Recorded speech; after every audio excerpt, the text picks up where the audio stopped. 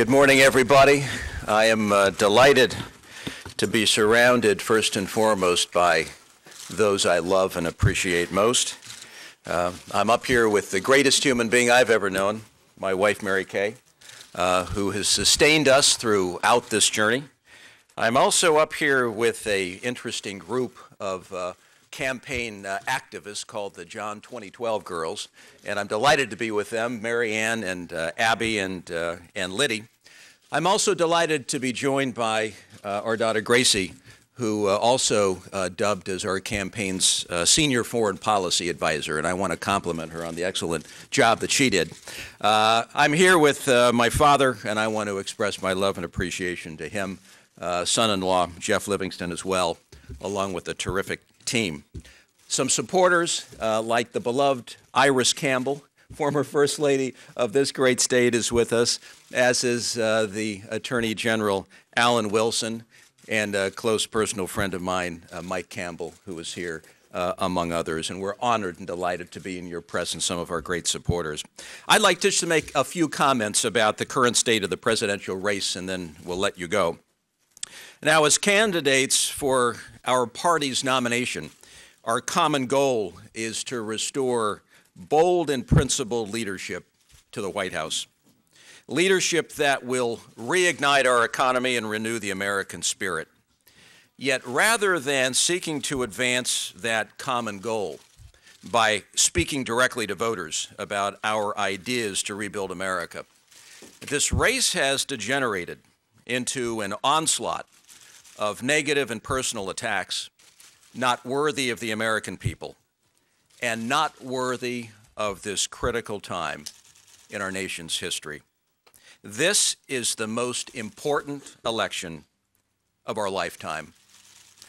This country desperately needs to begin a journey that will allow us to courageously tackle our two most urgent deficits. One is an economic deficit. The other is a trust deficit. Only bold ideas will get us to where we need to be. And this campaign needs to be driven by those ideas. At its core, the Republican Party is a party of ideas. But the current toxic form of our political discourse does not help our cause. And it's just one of the many reasons why the American people have lost trust in their elected leaders. Today, I call on each campaign to cease attacking each other and instead talk directly to the American people about how our conservative ideas will create jobs, reduce our nation's debt, stabilize energy prices, and provide a brighter future for our children and our grandchildren. Let's invest our time and resources in building trust with the American people and uniting them around a common purpose. 3 years ago, the President promised to unite the American people. Yet his desire to engage in class warfare for political gain has left us more divided than ever. This divisiveness is corrosive and does not advance America's interests. This nation was built on unity and trust. Trust in each other. Trust in a revolution that gave birth to the freest and most prosperous nation the world has ever known. Trust in our system of government. That sense of unity and trust has sustained us through world wars and national tragedies. Now we need it to sustain us during this hour of need. Ultimately, this election is about more than the future of one campaign or one party. It is about the future of our nation. And for our nation to move forward together with new leadership and unity, the Republican Party must first unite. We entered this race just 6 months ago with the longest of long shots. My candidacy was staked on the simple principle of country first.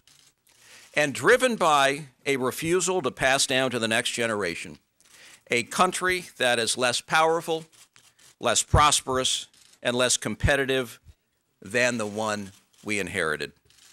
Today, I am suspending my campaign for the presidency. I believe it is now time for our party to unite around the candidate best equipped to defeat Barack Obama. Despite our differences and the space between us on some of the issues, I believe that candidate is Governor Mitt Romney. As for the Huntsman family, we step down with an even greater appreciation for American democracy, which is fundamental to American values. After all the town halls and handshakes and meet and greets, we leave it in the hands of the people, and we respect the results. To our many staff, supporters, and volunteers, I offer my heartfelt thanks. Today, our campaign for the presidency ends, but our campaign to build a better and more trustworthy America continues. We will continue to fight for a flatter, simpler tax code that helps unleash opportunity rather than stifle it, for an energy policy that ends the scourge of our addiction to foreign oil, for congressional term limits, for education reform that prepares our kids for the realities of the 21st century, for financial reform that breaks up too-big-to-fail banks and protects taxpayers from future bailouts. And we will continue fighting to bring home our brave men and women from Afghanistan and stop nation building overseas and start rebuilding our own nation. For Mary Kay and our family, these last 6 months have been an incredible and awe-inspiring journey. I have seen the very best of America. I've seen it in the spirit of our entrepreneurs, whose innovations continue to inspire and better the world. I've seen it in the courage of our veterans, who I've met at VFW halls in communities all across this nation.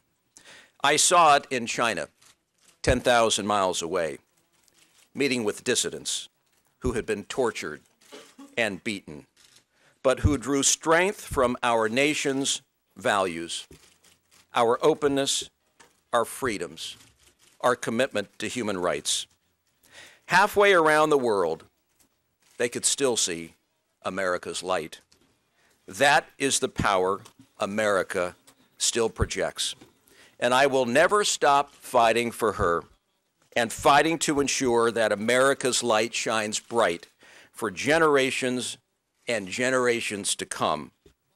Because in the end, we must all come together as Americans and must be reminded that the fight to preserve and enhance life, liberty, and happiness is what really sets us apart in this world and is worth our tireless efforts as citizens of this most extraordinary nation.